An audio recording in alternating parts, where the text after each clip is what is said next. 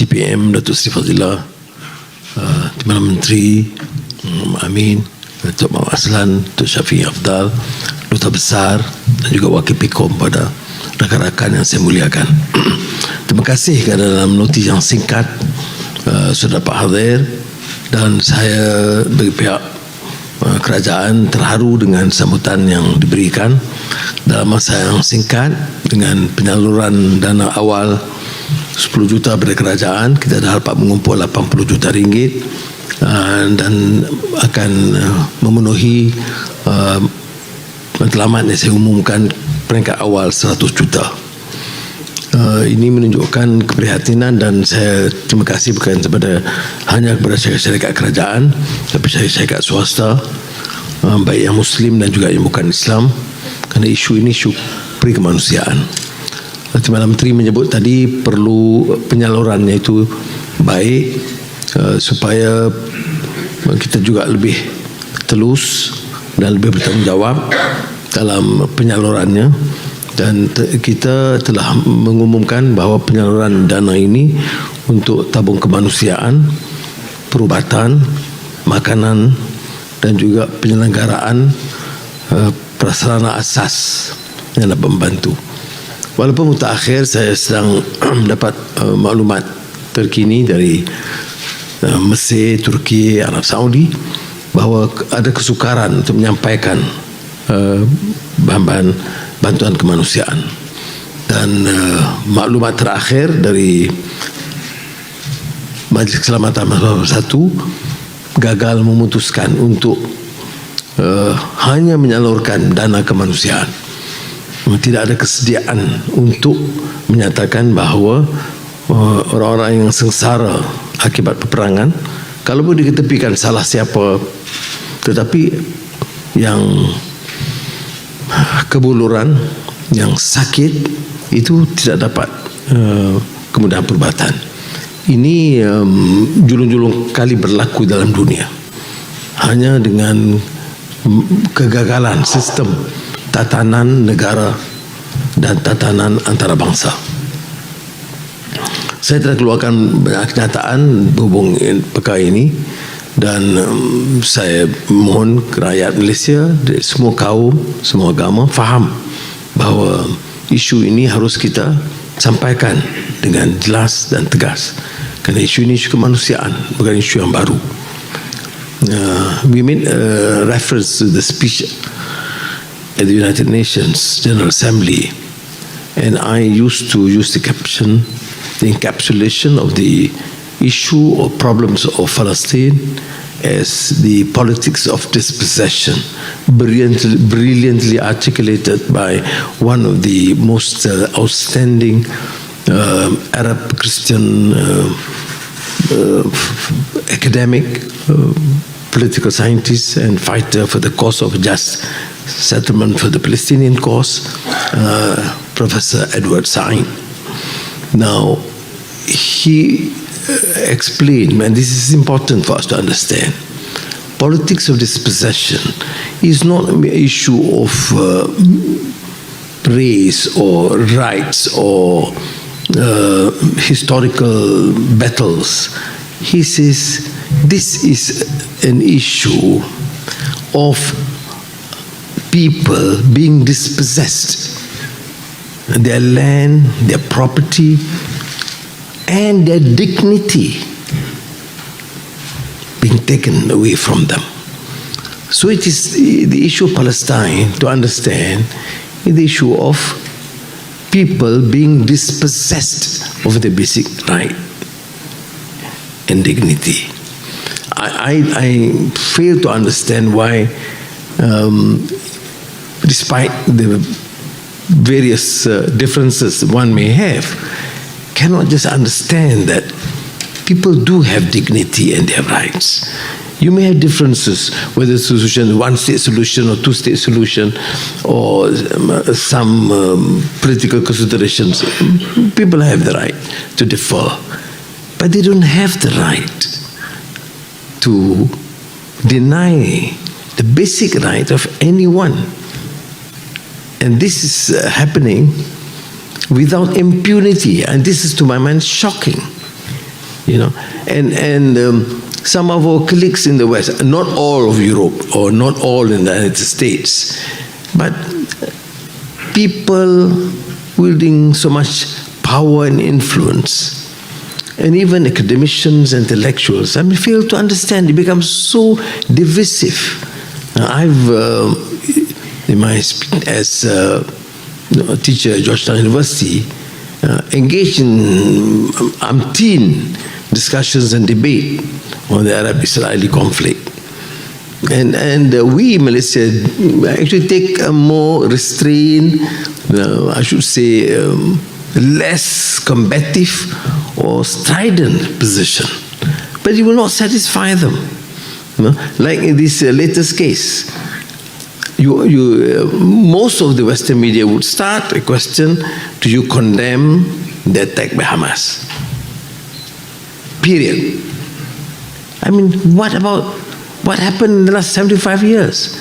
What about the open-air prison? What about the thousands being killed? What about the land dispossessed? What about the settlements? Aren't these issues? If you ask me a question, do I agree that children, women should be killed? No, I don't. I don't care. It does not matter who was responsible.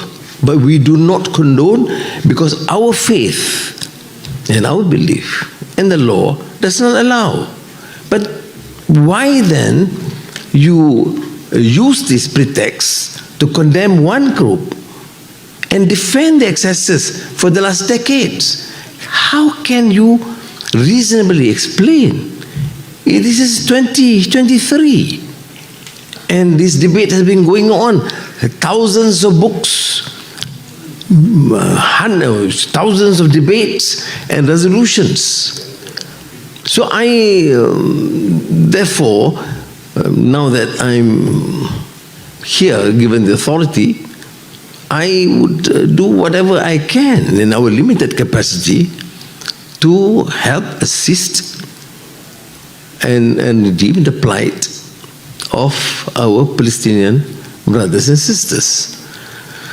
We have taken up, earlier on, I did speak to President Mahmoud Abbas, President Authority, giving them an assurance that not only will we continue, but we will certainly collaborate, support, and remain consistent in our position to support the just struggle of the Palestinian people. And recently, after Ismail Haniyeh, the political chief of Hamas, indicated would like to engage and talk to speak to me, I did give him a call and express the same amount. Of course, do you want settlement? Yes. For now, there must be cessation of attacks. We cannot allow the entire Gaza to be taken over and people, millions of people being chased out. This has not happened. The last episode was the Second World War, and near here is the Khamarouch, the killing fields. I'm sure you're more familiar than this, but I just want to take this opportunity to express my personal reflection on this. That's why I'm leaving shortly to Riyadh. First, of course, GCC ASEAN meeting and meeting Prime Minister Mohammed bin Salman following that, and then see the possibility of meeting some other Arab leaders, both in Riyadh or either in Ankara, President Tayyip Erdogan, who has invited me to go for a discussion, and following that, if time permits, to meet General Sisi of Egypt, because Egypt has quite a critical role to allow for the safe passage of humanitarian assistance into Gaza. So I just want Malaysians to appreciate the fact that there are things that need to be done. Of course, we have our limitations. In Parliament, I did respond to the idea that people, some of these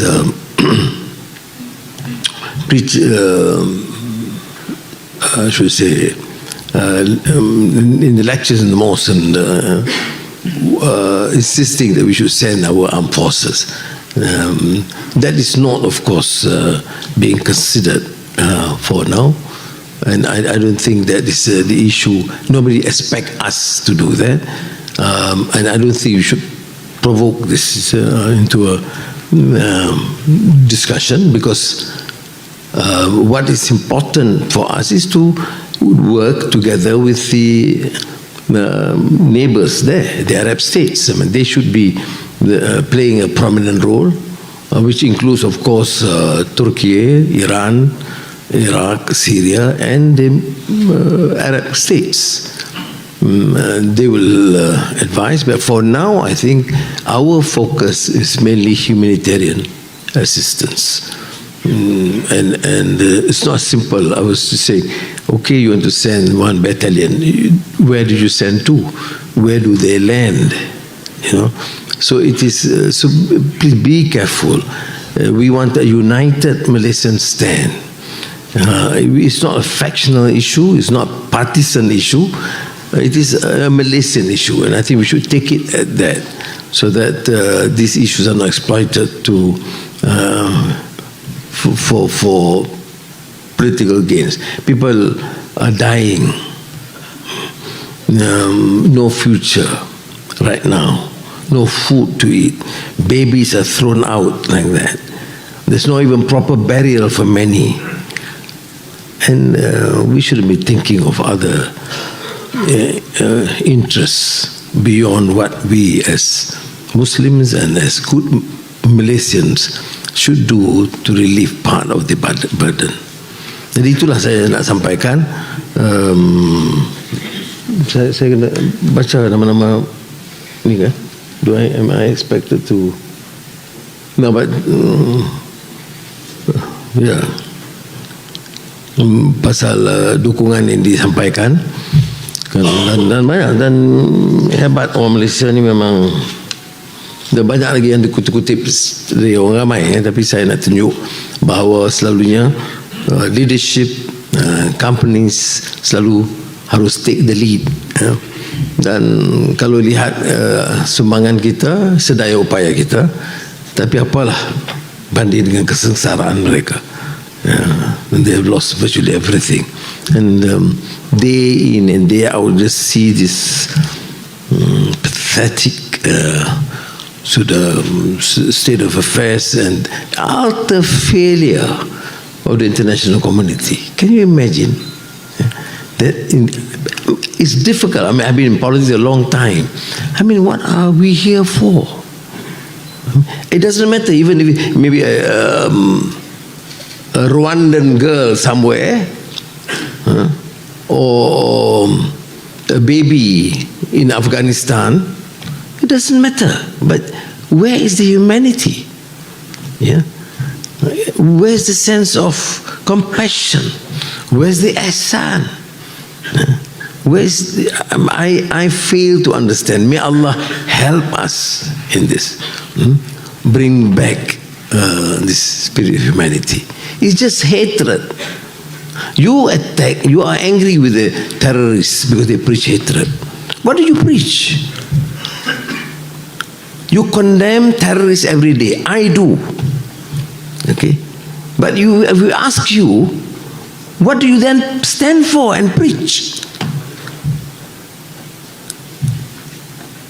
Compassion? Ihsan? Justice? Fairness? You don't preach that.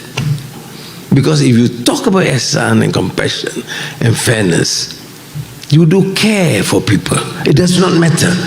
You are Muslim, you are Christian, you are Buddhist, you are Hindu. It doesn't matter.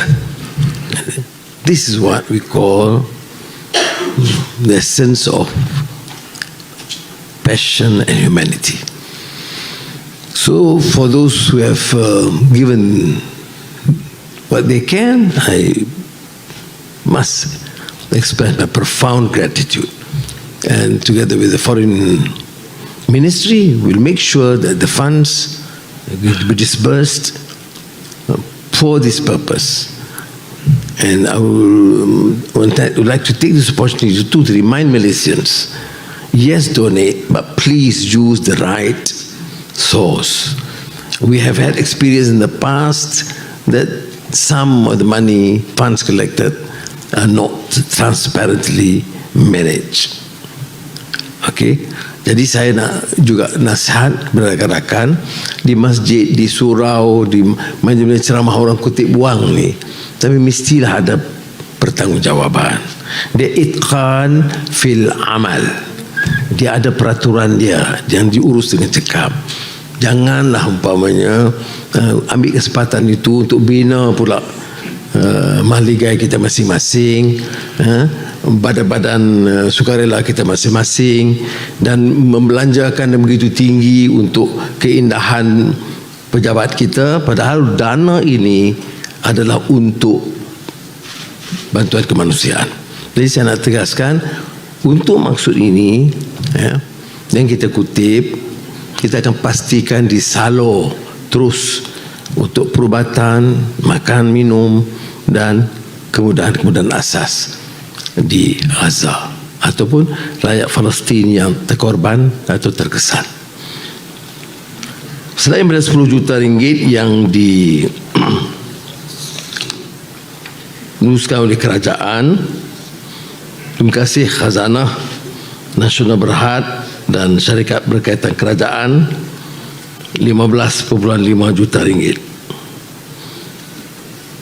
Yayasan Al-Bukhari 15 juta ringgit. YTL Corporation, terima kasih, 5 juta ringgit. TNB, Tenaga Nasional, 3 juta.